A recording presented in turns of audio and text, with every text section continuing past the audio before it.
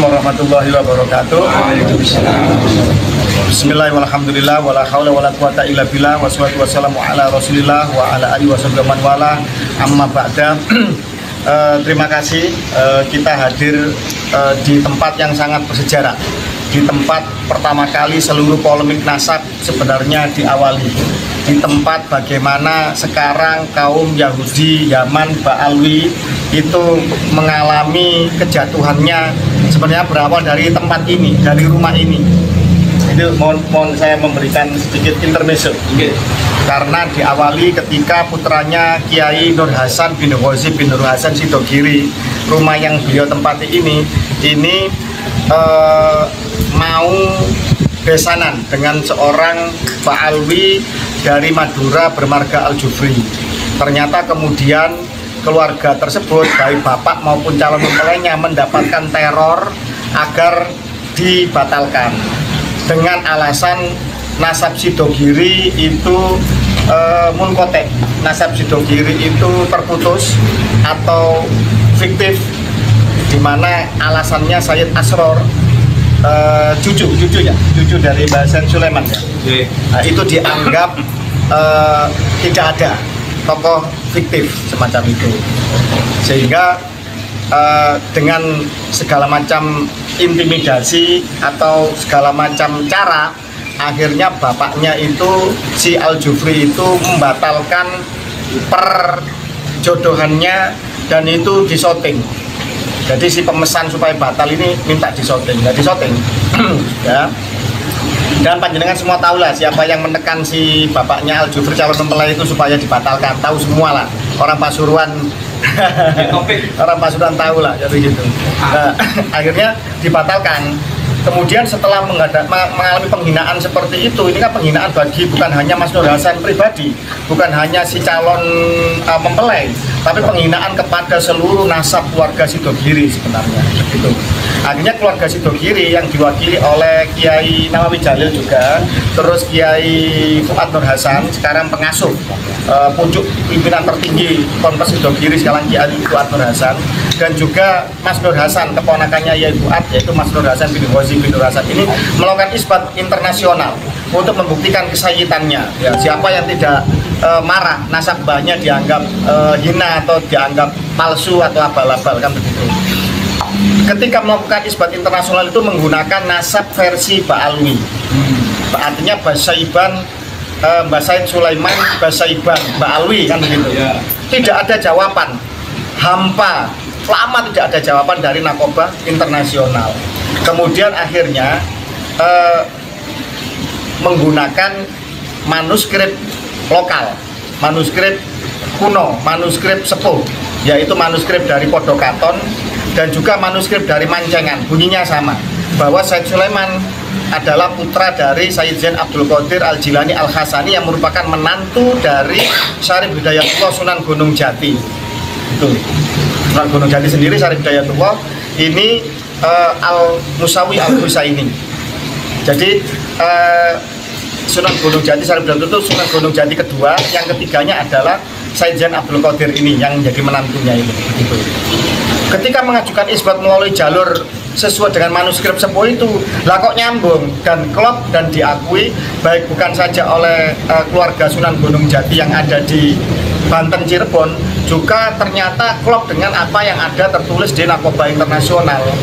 Akhirnya nasab Sidogiri sekarang telah sohe, telah diakui sebagai bagian dari keluarga besar Sadatul Ashraf internasional.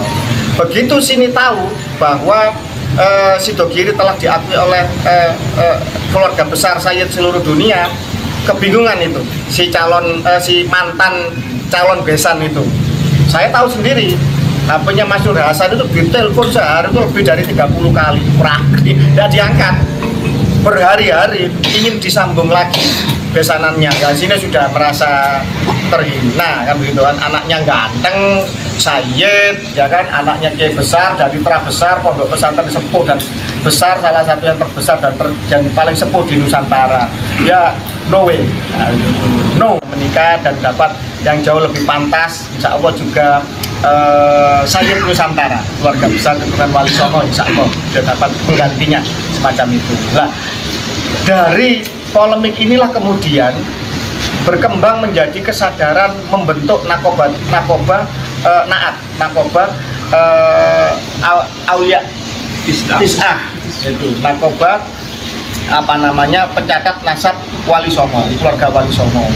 Lalu berkembang lagi masuk ke seluruh kesultanan kerajaan Nusantara, berkembang lagi kemudian hingga pertemuan di Kesultanan Demak mengumpulkan diwakili 5 kasepuhan keluarga Wali Songo. Waktu itu kalau nggak salah Sohibul Makbaronya, Sohibul Balatnya, keturunan-keturunan yang di dekat makam waktu itu datang di Kesultanan Demak. Kemudian dari situ berkembang lagi, terbentuklah yang namanya Perjuangan Wali Songo Indonesia Laskar Sabilillah, yang kemudian itu deklarasi awalnya di Cilacap di Kiai Muhammad Nur Salim Terah Derajat, dan di dalam momentum itu semua akhirnya mensepakati bahwa seperti perjuangan 10 November, ketika kemudian semua laskar sudah siap, semua sudah siap tempur, 100.000 pasukan santri dan rakyat Jawa Timur waktu itu, hampir seluruh santri pesantren seluruh tanah Jawa ngumpul di Surabaya untuk menghadang Inggris, melawan Inggris. Mbah Hasim bilang, tunggu dulu, ngenteni wong toko buntet namanya Abbas, ya, santrinya beliau yang terkenal Sakti Mandraguna, yang terkenal ahli kanuragan, ahli hikmah, yang karomah, terkenal seperti itu. Ya alhamdulillah akhirnya terpilihlah, disepakati bahwa panglima tertinggi untuk pimpinan dari Perjuangan Wali Songo Indonesia adalah Gus Abbas dari Buntet. Ini seperti pengulangan sejarah, saudara-saudara sekalian, dari situ. Nah, alhamdulillah kemudian terjadi dinamika yang sekarang Jawa Tengah saja 20 lebih ya, PWI yang sudah yang deklarasi dan siap deklarasi. 25 Jawa Tengah. Insya Allah Jawa Timur sudah terbentuk semua kepengurusan, tinggal deklarasinya di 38 kota kabupaten di Jawa Timur. Alhamdulillah salah satunya adalah Pasuruan yang terpilih Gus Fadoli. Ini Terah Kuat. Beliau adalah keturunan dari Terah Niti Adiningrat, adalah Adipati Pasuruan yang pertama yang mewariskan Masjid Jamek dan Masjid Turba di Kebonagung yang sekarang menjadi Masjid Asgaf. Nah, ini tanggung jawab Terahnya seluruh Niti Adiningrat. Dan juga beliau masih keturunan dari Mbah Ghazali yang juga dari Mbah Said Sulaiman. Kemudian kasepuannya ada keturunan dari Mbah Selaga. Mbah Selaga yang menyusulkan Mufti Agung di zaman Niti Adiningrat pertama. Niti Adiningrat itu putra dari Pakubuwono kedua, masih Terah Mataram Surakarta Hadiningrat. Kemudian ada Kiai Suadi Abu Amar yang juga bagian dari kasepuan, itu Terah ketua Bani Soleh Semendi. Bani Soleh Semendi, Mbah Said Soleh Semendi adalah saudara dari Mbah Said Sulaiman Mojo Agung. Menurut manuskrip dari Mancengan maupun dari Podokaton, dan ini sudah terisbat internasional Sadatul Asrof oleh Nakoba Dunia dan juga diakui sesuai dengan catatan, dengan kolaborasi, komparasi dengan studi dari Kesultanan Cirebon dan Banten. Alhamdulillah, jadi semacam itu. Tetapi dalam perjalanan ini yang namanya organisasi itu kan ada tumbuh, berkembang, jaya, sempurna, begitu kan? Ini baru tumbuh, namanya bibit organisasi baru tumbuh. Dan kalau kemudian ada kekurangan, ada masih kurang lebih dari hal-hal yang bersifat pertumbuhan itu mesti ada gangguan-gangguan. Nah, itu biasa. Nah, tetapi isu nasab ini sebenarnya dimulai dari isu dari konflik yang terjadi, kegagalan pernikahan ini. Ini adalah potret besar dari rasisme Robito Alawiyah dengan segala fatwanya, dan juga itu terjadi juga di era sebelumnya zaman Mufti Utsman bin Yahya, kafaah pernikahan yang sebenarnya adalah bungkus dari rasisme itu sendiri, yang sebenarnya tidak diajarkan oleh Nabi Muhammad SAW. Dan itu kemudian ada hingga zaman kemerdekaan ini. Ini namanya perbudakan spiritual, namanya penistaan agama, ajaran suci Nabi, menggunakan manipulasi, supremasi ras, atau rasisme itu sendiri dengan bungkus agama. Itu satu, ketika kita merdeka telah lebih dari 75 tahun, na'udzubillah min dzalik. Dan ini harus kita lawan bersama karena ini melawan dari kebinekaan dan kesetaraan. Jadi apa yang terjadi di Sidogiri ini adalah potret besar dari contoh nyata rasisme di Nusantara yang masih terjadi. Dan akhirnya entah karena kualat sama Sayyid Asror, entah kualat sama Sayyid Sulaiman, entah kualat sama keluarga besar Wali Songo, akhirnya sekarang kan sudah rungkat, Pak Alwi. Secara nyata sebenarnya diskursus nasabnya telah selesai. Bisakah mereka menghadirkan kitab nasab zaman? Tidak ada sampai detik ini. 550 tahun kosong itu masih tetap tidak mereka bisa jawab. Bisakah mereka menghadirkan hasil DNA yang sejalan dengan apa yang ada Sayyid Syarif di Timur Tengah sana? Mereka malah kemudian memframing tes DNA itu haram, padahal tes DNA biasa saja. Ini cara-cara yang sebenarnya sudah termutakhir dan bukan harus ditakuti. Harusnya kan takut sama Allah, bukan takut sama tes DNA. Ini aneh, takutnya wali kutub ternyata sama tes DNA takut. Ini sebenarnya kalau orang berpikir logis ya bisa sadar lah apa yang sebenarnya. Kemudian ngaku keturunan Nabi dari Yaman dan dari Irak, ternyata mereka tidak bisa menghadirkan isbat nasab dari Yaman dan dari Irak. Kita sudah nyambung dengan narkoba seluruh dunia, jadi makanya kita tahu.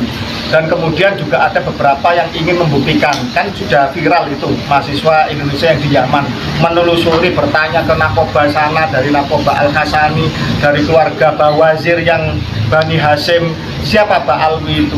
Mereka mengatakan bahwa ini tidak pernah diakui sebagai keturunan Nabi. Orang Yaman yang ngomong. Lalu lucu, saya ngaku keturunan Hamengkubuwono di Jogja, saya nggak diakui, kan lucu. Saya ngaku keturunan dari Sunan Gunung Jati di Cirebon, saya nggak diakui, kan lucu, kan begitu. Nah, ternyata kan seperti itu, bahwa mereka terkenal sejak berabad-abad silam adalah orang pendatang dan bukan orang Arab, malah adalah terkenal sebagai golongan kelompok pemberontak dan pendusta. Na'udzubillah min dzalik. Bisa dilihat sendiri, ini bukan kata-kata saya, itu testimoni dari mahasiswa Indonesia yang memvideo banyak orang-orang Yaman maupun juga bertanya dan terjadi percakapan di dalam YouTube yang viral tersebut.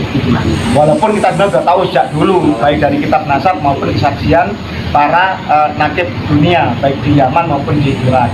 Tapi ya sudahlah, nanti kan akan datang sendiri ke Indonesia tidak lama lagi. Yaitu nanti, biar mereka dulu. Kalau ikan itu tidak ada air kan kejet-kejet, menggelepar-gelepar, biar dulu mereka gelepar-gelepar dulu kan. Kemarin kan ada tahu itu Imam Rijek itu kan ribut di Banten sama di mana, Cianjur apa Sukabumi. Akhirnya kan di Garut ya. Sekarang kan habis menggelepar, sekarang sakit ya. Semoga panjang umur. Stres. Lahirnya sebagai cucu Nabi, masa nanti wafatnya mantan cucu Nabi, kan nggak lucu kan. Ya, kalau takut akhirat, kalau kemudian benar-benar Islamnya sejati, benar-benar mencintai Allah dan Rasulnya, tolong akhirilah narasi-narasi sesat seperti itu. Tidak penting Anda keturunan siapa, tetapi inna akramakum indallahi atqakum. Kalau seandainya Fatimah binti Muhammad mencuri, aku sendiri akan potong tangannya. Itu tegas itu Islam. Tidak ada diskriminasi dalam Islam. Justru keadilan ditegakkan dalam Islam. Kesetaraan itu diperjuangkan dalam Islam. Pembebasan itu diperjuangkan oleh nilai-nilai Islami. Tapi mereka apa? Mereka melakukan perbudakan spiritual. Seorang kiai, seorang guru yang benar, yang bijaksana, muridnya akan bisa menjadi kiai, betul nggak? Murid kiai bisa jadi kiai, bisa menjadi mantunya kiai. Tapi kalau muridnya Habib, muhibinnya Habib, bisa nggak jadi Habib? Bisa nggak jadi mantunya Habib? Coba, logika ini harus dibangun. Ini sebenarnya narasi sederhana kok. Hanya orang yang mau berpikir